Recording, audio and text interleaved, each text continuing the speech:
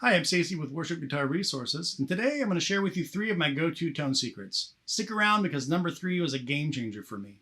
These are perfect if you're an HX Stomp user or a Helix, and most likely will apply to you if you're using any of the other digital platforms. In 2017, I got my HX Stomp. I sold a Strymon Timeline to get it, and I committed pretty quick to just using only that. For my rig, I got rid of all my other pedals except my volume pedal and my tuner, and I figured it out. One of the things I learned that I'm going to share with you here today is in the amp block, specifically in the cab block. Now, today I'm using my free HX Stomp preset. There's also going to be a Helix preset with the same thing, but with some of the extra things you can do with the Helix that you can't do with the Stomp. So we're running with the amp we have is the Matchstick Channel 1, and I'm using the 2x12 Match H30 speaker cab. And the first tone secret that I'm going to go over is the mic placement and the mic choice. So I know there's a lot of people that use ribbon mics and do different things like that, but I would say 90% of the songs that you have heard recorded were recorded with an SM57, put on the grill cloth about an inch away from the cone on the edge of the cap. So that's where I start. I start right here, 57 dynamic, cap edge at 1 inch. If you scroll through from there, you're going to go to the 421, which is a Sennheiser microphone. And then the next one is the 7 dynamic, which is a bulkier, more full frequency than the 57. That's a Shure mic. And then the last one that I consider is the 906. So I'll play through those depending on the amp I have and the guitar I'm using for that setup. And I'll play a couple of chords. I'll play a couple of chords. Let's turn the volume on. Change it.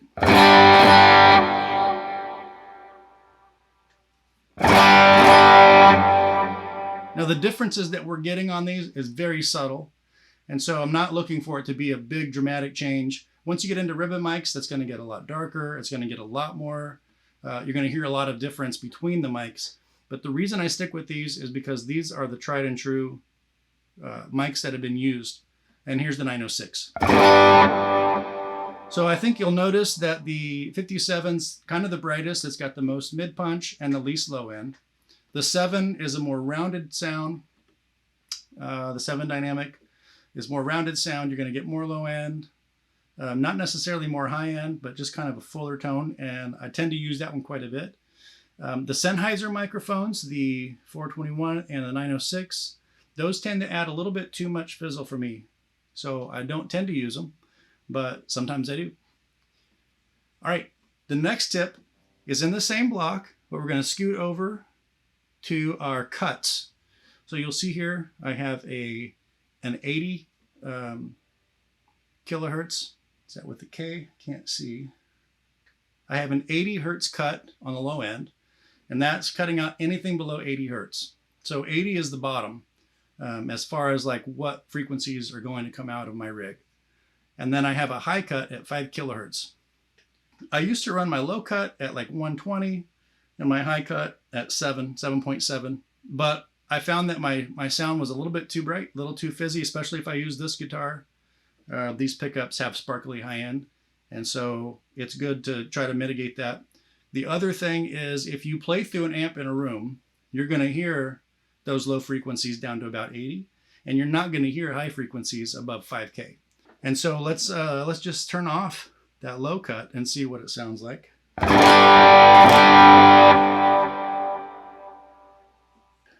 right, I got to get my glasses because I can't see this thing in front of me.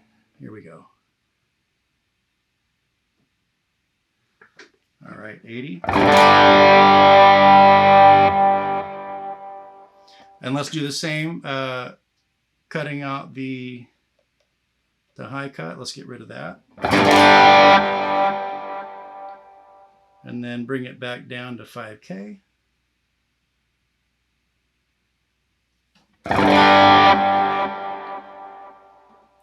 Between the mic choice and the low cut and high cut and different things that we do like this and EQing your amp, they're all very subtle changes. But when you combine all of them, then you're getting more of what you want and less of what you don't. So that's what we're achieving here. the number 3 tone tip that I have for you today is what I like to refer to as the holy mid-range. Oh, that sounds good. All right, so what I do is I add an EQ block at the end of my chain. I add it in stereo so that it keeps the stereo going between all my reverbs and delays. And I bump the mid frequency to 777 hertz. And I push it, depending on the amp, anywhere from 2.5 decibels up to 7.7 decibels. There is one amp, and I can't remember which one it is, that I do push it that high, and it sounds great. Other amps, when you push that frequency too much, you start to get into the real honky range, and it's unpleasant. So you don't want to do that. But here you can see I have it pushed at 5 decibels. All right, let's hear it without the mid bump.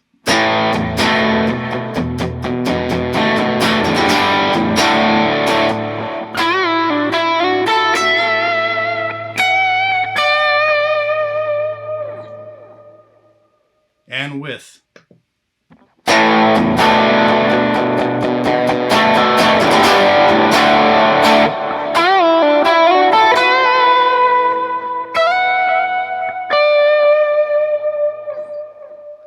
So you can hear it's filling up the space. It's not adding any low end necessarily. It is kind of on the lower mid frequency space.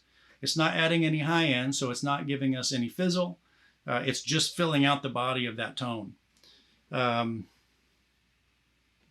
Again, without. And with.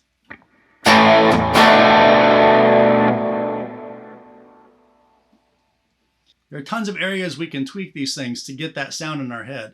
And these are just a few of the things that I use, and they help me regardless of the amp I'm using or any of the other gear. So I just thought I'd share those with you. Let us know in the comment below one of your maybe not so secret tone secrets that you use. If you found this video helpful, please consider subscribing and hit that like button for good measure. I hope you have a great week, and I'll see you in the next one.